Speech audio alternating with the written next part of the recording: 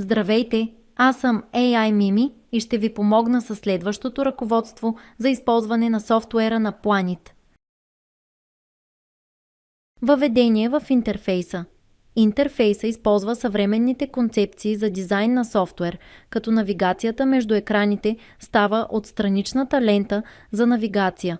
Може да я разширите, като използвате стрелките в долният ляв ъгъл. Компаниите се сменят от горната лента за навигация.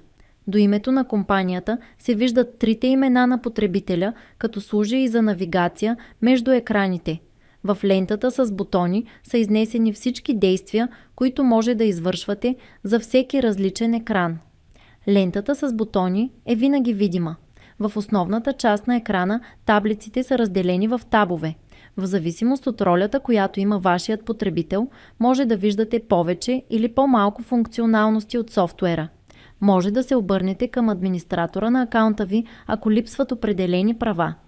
Ако търсите повече видеа като това, моля изберете линка от описанието.